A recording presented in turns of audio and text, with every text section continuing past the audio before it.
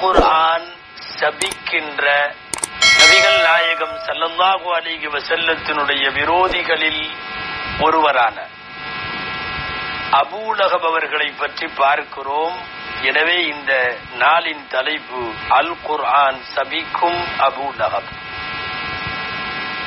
நபிகள் நாயகம் ஸல்லல்லாஹு அலைஹி வஸல்லத்தினுடைய தந்தையின் உடன் பிறந்தவர்களில் அபூ லஹபும் ஒருவர். நாம் இங்கே அபூ லஹபின் பற்றி தெரிந்து கொள்ளுவதற்காக உள்ளே போவதற்கு முன்னால் முன்னோட்டமாக சில விஷயங்கள் தெரிய வேண்டும். முதல்ல நபிகள் ஸல்லல்லாஹு அலைஹி வஸல்லம் அவர்களினுடைய தந்தையர்கள் சிறிய பெரிய தந்தைமார்கள் மொத்தம் 10 பேர். ஸல்லல்லாஹு அலைஹி வஸல்லம் அவர்களினுடைய தந்தை அப்துல்லா அவர்களோடு உடன் பிறந்த சகோதரர்கள் மொத்தம் 10 பேர்.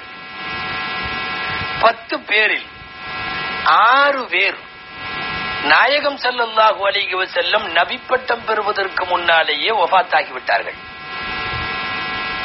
எனவே அவர்களை பற்றி இப்போது பேச்சில்லை. 4 பேர் மட்டும்தான் நாயகம் நபி பட்டம் வாங்கிய பிறகும் இருந்தார்கள்.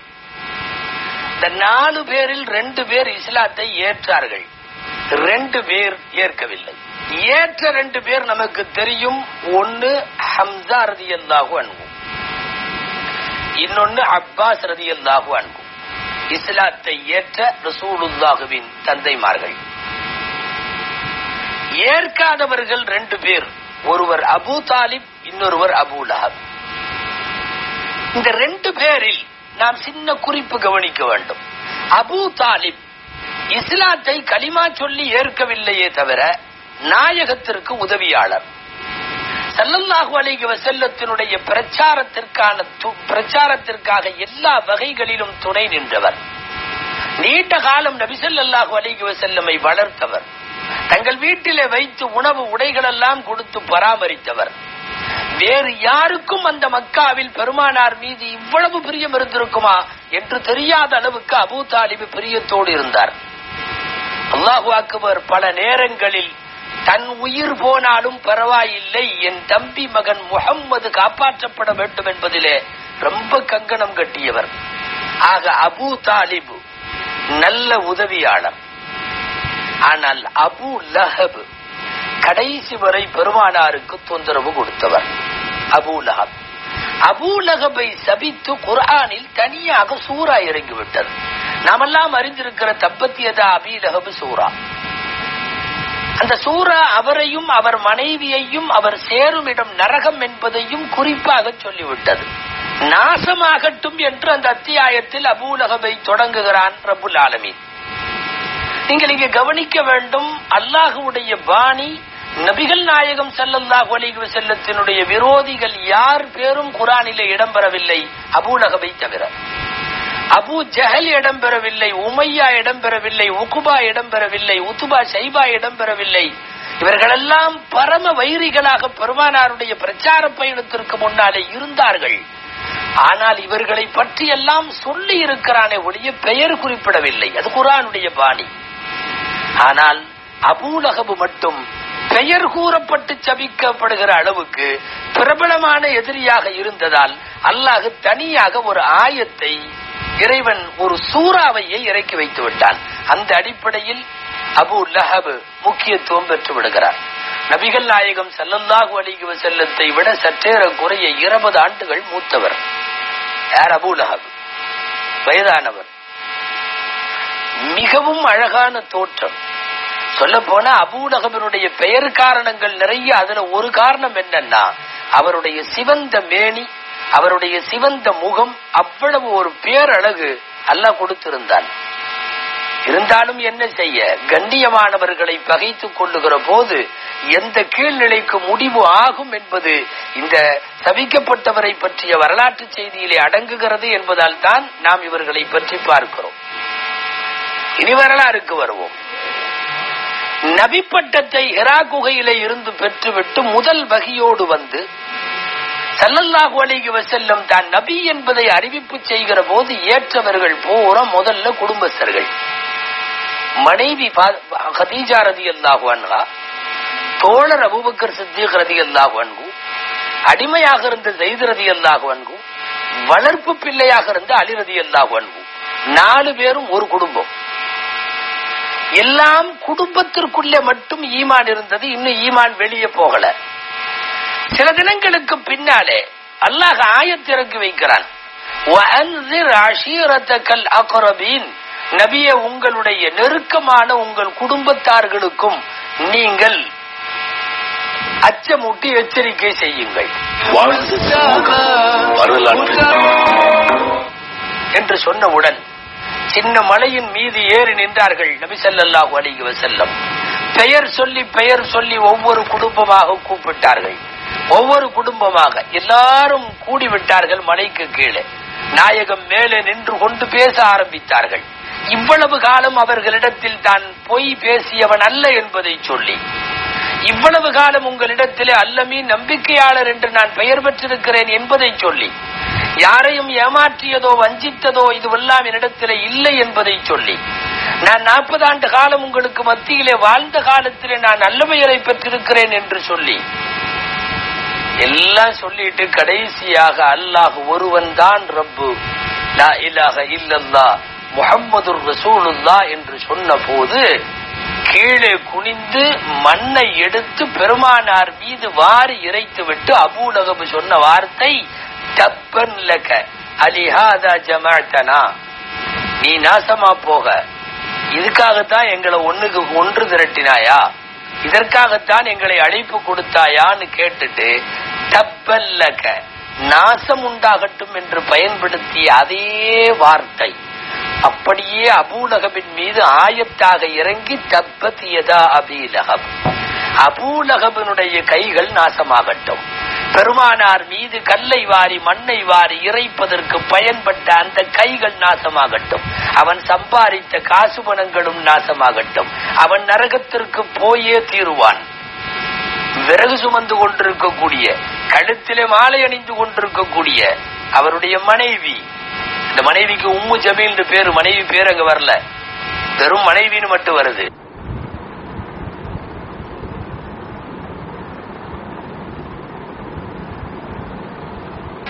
இவருக்கு அது வந்து விட்டது. நாம் இங்கே யோசித்து பார்க்கிறோம்.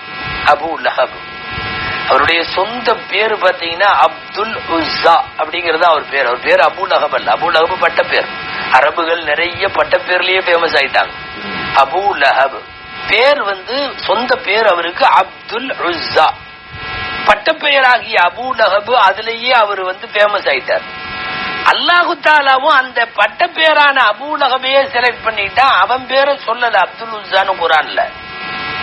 ஏன் சொல்லல, ஏன் பட்ட பேரை போட்டான்? முஃபஸ்ஸிரீன்கள் 2 காரணம் எழுதுகிறார்கள். ஒரு காரணம், அப்துல் உஸ்ஸாங்கிறது உஸ்ஸா என்ற கடவுளுக்கு அடிமைன்னு அர்த்தம். அப்படி ஒரு பேர், இந்த கடவுளுக்கு அடிமை அப்படிங்கிற பேர் குர்ஆன்ல இடம்பெறது அல்லாஹ் விரும்பல. ஒண்ணு. 2வது செய்தி, இவன் கடைசியா அபூ லஹப் போய் சேர்றது நரகம். அபூ லஹப்ங்கிற வார்த்தைக்கு நெருப்பின் தந்தைன்னு ஒரு அர்த்தம் உண்டு. எனவே அந்த வகையில அபூ லஹப் என்ற பெயர் அவன் நரகத்திற்கு போகக்கூடியவன் என்பதை குறிக்கிற வகையில சபிக்கப்பட்டு இறங்குகிற வசனங்களில் இந்த பெயர் இருப்பது சிறந்தது அப்படிங்கிறது அல்லாஹ்வுடைய முடிவு. எனவே அப்துல் உஸ்ஸா என்ற அவருடைய பெயர் இடம்பெறவில்லை, அபூ லஹப் மட்டும் இடம்பெறுகிறது. அவருடைய காசு பணமெல்லாம் அழியட்டும் என்று குர்ஆன் சபித்த அந்த சாபம், பெரிய பணக்காரர் அபூ லஹப் எல்லாம் போனது. எந்த காசும் கையில் அல்லாத அளவுக்கு செழிப்புகள் எல்லாம் தீர்ந்து போனது. காசு இருந்தா பசங்க பக்கத்துல வருவாங்க, வாரிசுகளே பக்கத்திலே வராத அளவுக்கு வறுமைக்கு போய்விட்டார் அல்லவா. காரணம், குர்ஆன் சபித்து விட்டது. அவருடைய காசு பணங்கள் நாசமாகட்டும். அவருடைய மனைவி, சில பேத்துக்கு மட்டும்தான் கணவனுக்கு தோதுவா அப்படியே அதே கருத்தியல்ல மனைவி அமையும். அந்த லிஸ்ட்ல அபூ லஹபுடைய மனைவி. எப்படி அபூ லஹப் அல்லாஹ்வுக்கும் அல்லாஹ்வின் தூதருக்கும் விரோதியோ, அது போலவே அந்த மனைவி உம்மு ஜமீல், அல்லாஹு அக்பர், ஒரு பெரிய பொம்பளை ரவுடின்னு சொல்லணும், ராட்சசின்னு. அப்படி ஒரு துர்ச்சகனமான பேச்சு, பார்வை, துணிவு, மிக மோசமான நடத்தைகளை கொண்டிருந்த அபூ லஹபினுடைய மனைவி பெருமானாரை வார்த்தைகளால், வாக்கியங்களால் சமயங்களில் கற்களால் கூட தாக்குவதற்கு தயாராக இருந்தவன். சுடு சொற்களால் பெருமானாரை பேசிய பெண்மணிகளில் அபூலகபின் மனைவியை விட பெரிய அளவில் தடித்த வார்த்தைகளை கொண்டு நாயகத்தை பேசியவர்கள் இல்லை என்றே சொல்லலாம். இந்த உம்மு ஜமீலை பற்றிய செய்திகள்ல 2 செய்தி முக்கியமானது. இந்த 2 வாழ்விலே நடந்த ஒண்ணு, இன்னொன்னு அவருடைய மரணம் சம்பந்தப்பட்டது. உம்மு ஜமீல் முதல் செய்தி, முதல்ல தப்பத் யதா அபீ லஹப் சூரா இறங்குகிறது. ஆரம்ப காலத்திலே இறங்கிருச்சு. இந்த சூரா மக்காவிலே இறங்கின வசனம் அபூ ஜஹல் உயிரோடு இருக்கும் போது, ஏறத்தாழ அவர் இறப்பதற்கு 10 வருஷத்திற்கு முன்னாலே இறங்குகிற வசனம். இது இறங்கின உடனே நாயகம் ஓதி காட்டி விட்டார்கள். வழக்கம் போல வகி வந்து விட்டது, சொல்லிவிட்டார்கள் தப்பத் யதா அபீ லஹப். முழு சூறாவை ஓதி முடிச்ச உடனே கேள்விப்பட்டு இந்த அம்மா நேரா வந்துச்சு. கையில கூர்மையான கல்லு, பெரிய கல்லு. அதாவது சில கல்லு அடிச்சா காயமாக்கும், இது அவ்வளவு கூர்மை, வெட்டா பொளந்துரும். அந்த கல்லை எடுத்துக்கிட்டு நேரா நாயகம் அமர்ந்திருக்கிறார்கள். அபூபக்கர் ரலியல்லாஹு அன்ஹு அமர்ந்திருக்கிறார்கள். வந்து பக்கத்துல நின்று அபூபக்கர் ரலியல்லாஹு அன்ஹு போய் பார்த்து பேசினால், காரணம் நாயகம் இருப்பதை அல்லாஹ் அவள் கண்களுக்கு குருடாக்கி விட்டார். பக்கத்துல வந்தாலும் தெரியாது. இருக்கிறார்கள் ஸல்லல்லாஹு அலைஹி வஸல்லம், ஆனால் தெரியல. இல்லாம இருந்து தெரியறது வேற, இருக்கிற பொருள் தெரியல. அபூபக்கர் ரலியல்லாஹு அன்ஹு பார்த்து ஐன சாஹிபுக் சமிஅது மின்ஹு, எங்க உன்னோட தோழர், உன் நண்பர் எங்க? அவர்கிட்ட இருந்து அவர் சொன்னதா நான் கேள்விப்பட்டேன். தப்பத் யதா அபீ லஹப் வ தப்ப மா அக்னா, இது எல்லாம் சொன்னாராமே, அது ஆயத்து இறங்குச்சுன்னு சொன்னாராமே. இந்த கல்லோட வந்தது எதுக்கு தெரியுமா? அவரை அடிக்கிறதுக்கு தான், அவரை போட்டு புழக்கிறதுக்கு தான். சொல்லி வை உன் நண்பனிடம். அபூபக்கர் எல்லாம் விழிக்கிறார்கள். காரணம் என்ன? பக்கத்துல உட்கார்ந்துருக்காங்க. வந்தா சொல்லி வையின்னு சொல்றாளே இந்த பொம்பளை, திருவேன விழிக்கிறார்கள். ஒண்ணுமே சொல்லல. அதுக்கப்புறம் நகர்ந்ததற்கு பிறகு நாயகத்தினத்தில் அபூபக்கர் சித்திக் ரலியல்லாஹு கேட்டார்கள், நீங்க இங்கதான் இருந்தீங்க, அந்த பொம்பளை இப்படி சொல்லுது. அல்லாஹ் அஅமல்லாஹு பஸரஹா, அல்லாஹ் அவளுடைய பார்வையை குருடாக்கி விட்டான், அவளுக்கு தெரியாது, நான் இருப்பது தெரியாது என்று நபிகள் ஸல்லல்லாஹு அலைஹி வஸல்லம் பதில் சொல்லுவார்கள். உம்மு ஜமீல் ஒரு பொம்பளை ராட்சசி என்பதற்கு இந்த ஒரு நிகழ்ச்சி போதும். இன்னொரு நிகழ்ச்சி, வைர மாலை ஒன்றை தன் கழுத்திலே, குர்ஆனிலே கூட ஃபீஜிதியா ஹப்லும் மின் மஸத் என்று வருகிறது அல்லவா, வைர மாலை ஒன்றை எப்போதும் கழுத்திலே போட்டிருப்பாள். அந்த வைர மாலையை வித்து செலவழித்து முகம்மதுவை அழிக்க நான் இதை பயன்படுத்துவேன் என்று பேசி வந்தாள். விதி யாரை விட்டது? அல்லாஹ் யாரை விட்டான்? அவனுடைய ரசூலை பரிகசித்தவர்களுக்கு முடிவு நல்ல முடிவு ஏது? எங்கோ வந்து கொண்டிருக்கிற போது விறகு சுமையை ஒரு இடத்திலே போட்டுவிட்டு உட்கார்ந்தவள் மலக்கு பின்னாலே இருந்து அதே அந்த கழுத்து செயினிலே இழுத்து அவள் கொல்லப்பட்டாள் என்று வருகிறது.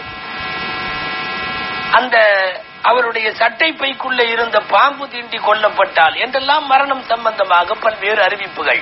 ஆக அவள் போட்டிருந்த அந்த கழுத்தினுடைய செயின் அவளுக்கு வினையாக போனது. அபூ லஹப் குடும்பம், அவருடைய அந்த கணவனும் மனைவியும் சேர்ந்து நபிகள் நாயகம் ஸல்லல்லாஹு அலைஹி வஸல்லம் அவர்களை என்ன பாடுபடுத்தினார்கள்.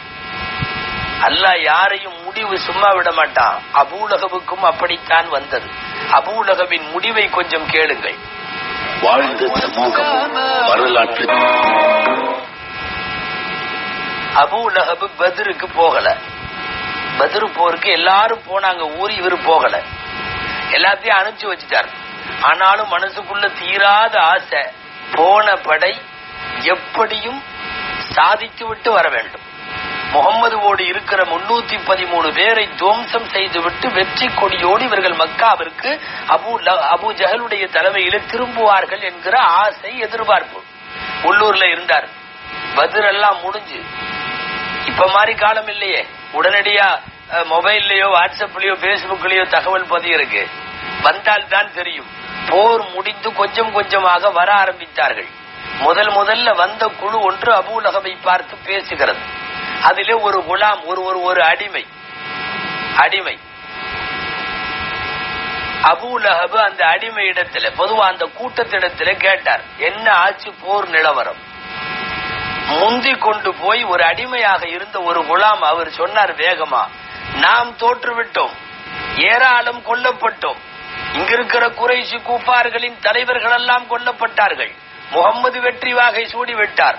313 பேர் எதிர்பார்க்காத அளவுக்கு வெற்றி வாகை சூடிவிட்டார்கள். சொல்ல சொல்ல சொல்ல ஏமாற்றம், கேட்பதற்கே பிடிக்காத இந்த கருத்துக்களை சொல்ல சொல்ல ஓங்கி அரைந்து விட்டார் அந்த குலாமின் மீது, அடிமையின் மீது.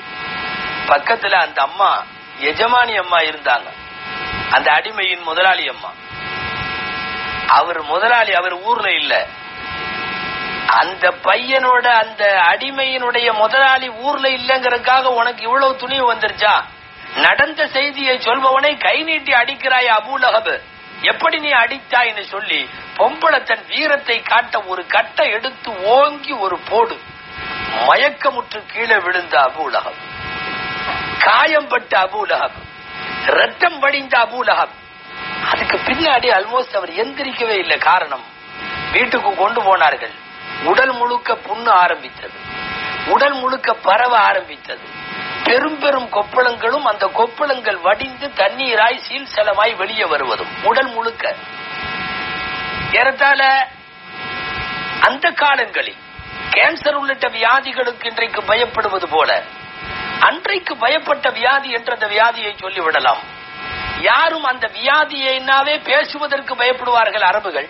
அந்த வியாதியிலே பாதிக்கப்பட்டவர்களை போய் பார்ப்பதற்கு கூட பயப்படுவார்கள் அரபுகள். யாரும் பார்க்கவில்லை. அபூஜகளுக்கு அந்த வியாதி அதுவா என்று சொல்லக்கூடிய உடல் முழுக்க ரணமாகி போன வியாதி. எல்லாரும் தள்ளி வச்சுட்டாங்க.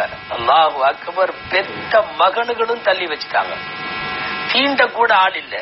கடைசியாக அபூஜஹல் புழுவாய் துடித்து அதுல இறக்கிறார் அல்லவா, இறந்ததுக்கு பிறகு அடக்கம் கூட சரியாக நடக்கவில்லை. பக்கத்துல போன நாத்தம் அடிக்குதுன்னு சொல்லி குழியை நோண்டி வைத்து விட்டு அவர் அடக்கம் செய்யப்பட்ட விஷயத்துல 3 அறிவிப்புகள் கிடைக்கிறது சரித்திரத்தில். முதல் அறிவிப்பு, தூரத்துல குழி தோண்டி வச்சுக்கிட்டு குச்சியை எடுத்து, ஆளுக்கு ஒரு பெரிய ஒட்டட குச்சி மாதிரி ஜல்ல குச்சி ஒண்ணு, அதை எடுத்து தள்ளிக்கிட்டே போய் குழிக்குள்ள தள்ளி விட்டாங்க. தொட்டு தூக்கவோ வாங்கி வைக்கவோ சுமந்து செல்லவோ முடியாத சூழ்நிலை. இது ஒரு கருத்து. 2வது கருத்து, ரொம்ப நாத்தம் அடிச்சதுனால அவர் அடக்கிறது குழி தோன்றதெல்லாம் வேணான்னு அவர் படுத்திருந்த இடத்திலேயே ஒரு சுவர் இருந்தது, அந்த சுவரை அப்படியே தள்ளி விட்டாங்க. அவர் சுவற்றுக்கு கீழே அப்படியே பூமியோடு பஸ்பமானார், குழி தோண்டி அடக்கப்படல. 3வது கருத்து, இந்த மக்கள் எல்லாம் அடக்கம் செய்யவோ குழி தோண்டி புதைக்கவோ விரும்பல. கூப்பிட்டு கருப்பர்கள், கூலி வேலை செய்பவர்கள் அந்த ஊரில் இருந்தார்கள். கருப்பு நிற நீக்ரோக்களை கூலிக்கு ஆள் அமர்த்தி, இந்த காசு வாங்கிக்கோ, அந்த டெட் பாடியை கொண்டு போய் புதைச்சிரு என்று சொல்லி பக்கத்துல கூட பெத்தவங்க கூட மக்க கூட வராம அளவுக்கு மிக மோசமான ஒரு மரணம். அபூ லஹபின் மரணம் அல்லாஹுவை மட்டுமல்ல அவனுடைய ரசூலையும் இழித்தவர்களும் பழித்தவர்களும் கண்டிப்பாக அல்லாஹுவால் பிடிக்கப்படுவார்கள் என்பதற்கு இந்த சரித்திரம் அத்தாட்சி. மறுபக்கம் இன்னும் ஒரு முக்கிய சான்று இருக்கிறது. என்ன தெரியுமா? நபிகள் நாயகம் ஸல்லல்லாஹு அலைஹி வஸல்லத்தை பகைத்து கொண்டவர்களுக்கு எப்படி அல்லாஹ் தண்டனை கொடுப்பானோ அதுபோல நாயகத்தை நேசித்தவர்களுக்கு கண்ணியமும் கொடுப்பான். அதுக்கு வேற ஏதாவது உதாரணம் இருக்கான்னா இல்லை. அதற்கும் அபூ லஹப் உதாரணம். அபூ லஹப் வஃபாத்தான பிறகு அப்பாஸ் ரலியல்லாஹு அன்ஹு, அதாவது சகோதரர், கனவுல பார்க்கிறார். உன் நிலைமை என்னங்கிறார். தினந்தோறும் எனக்கு கேடுதான், ஆனால் நாயகம் நபிகள் நாயகம் முஹம்மது அவர்கள் பிறந்த வெள்ளிக்கிழமை என்று என்னுடைய கட்டை விரலுக்கும் என்னுடைய ஆற்காட்டி விரலுக்கும் இடையிலே இருந்து மதுரமான ஒரு நீர் வருகிறது, தேன் போன்ற சுவையுடைய இனிப்பு நீர் வருகிறது. நான் அதை வெள்ளிக்கிழமை திங்கட்கிழமை என்று மட்டும் குடிக்கிறேன். இது எதற்கு என்று சொன்னால், நாயகம் பிறந்து விட்டார்கள் என்று பிறப்பு செய்தியை சுவைபா என்கிற ஒரு பெண், அந்த பெண் தான் வந்து முதலில் அபூ லஹபிடத்திலே சொன்னது. பின்னாலே தானே எதிரி. முதலில் முஹம்மது பிறந்து விட்டார் என்றவுடன் சந்தோஷத்தில் அந்த விரலை இப்படி நீட்டி அந்த சுவைபாவை பார்த்து, நீ உன்னை உரிமையிடுகிறேன், இனிமேல் நீ அடிமை இல்லை என்று பெருமானார் பிறந்த சந்தோஷத்தை கொண்டாடியதற்காக சுவைபா என்கிற பெருமானாருடைய பால்குடி தாய்களில் ஒருவரான அந்த சுவைபாவை உரிமையிட்டதற்கு அபூலகமுடைய கபரில் வேதனைகளுக்கிடையிலேயும் திங்கட்கிழமை இந்த அன்பளிப்பு வழங்கப்படுகிறது என்றால் அபூலகம் இன்றைக்கு 2 நிகழ்ச்சிக்கும் உதாரணமாகிவிட்டார். விரோதித்தால் தண்டனை கிடைக்கும் என்பதற்கும் அவரே உதாரணம், நேசித்தால் இறைவனிடம் உயர்ந்த வெகுமதிகள் கிடைக்கும் என்பதற்கும் அவரே உதாரணம். அல்லாஹ் நபிகள் நாயகம் ஸல்லல்லாஹு அலைஹி வஸல்லம் அவர்களின் மஹப்பத்தை நமக்கு நசீபாக்குவானாக, நம் சந்ததிகளுக்கும் நசீபாக்குவானாக. ஆமீன். வாஹிர் தஅவானா அல்ஹம்துலில்லாஹி ரப்பில் ஆலமீன்.